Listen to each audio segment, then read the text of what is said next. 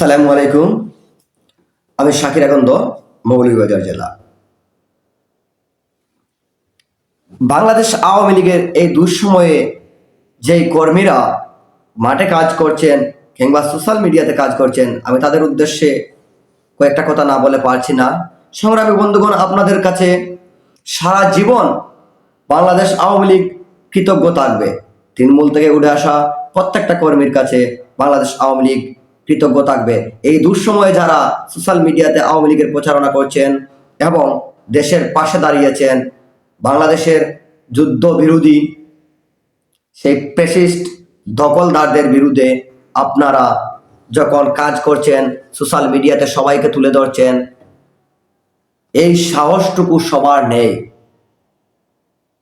আপনারা করছেন, আপনারা আওয়ামী লীগের তরতাজা প্রাণ, আপনারা বঙ্গবন্ধুর সৈনিক, আপনারা বঙ্গবন্ধুর আদর্শে আদর্শিত।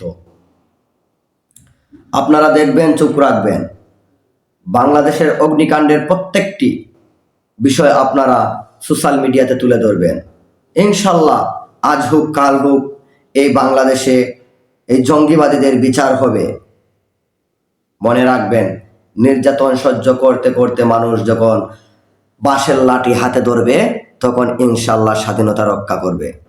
আমি শুধু এটাই বলবো, আপনাদের এই সৎ সাহসিকতা কিংবা আপনাদের এই ত্যাগ আওয়ামী লীগ সরকার কখনো বলবে না, শেখ হাসিনা কখনো বলবে না, এই দেশের সাধারণ জনগণ কখনো বলবে না।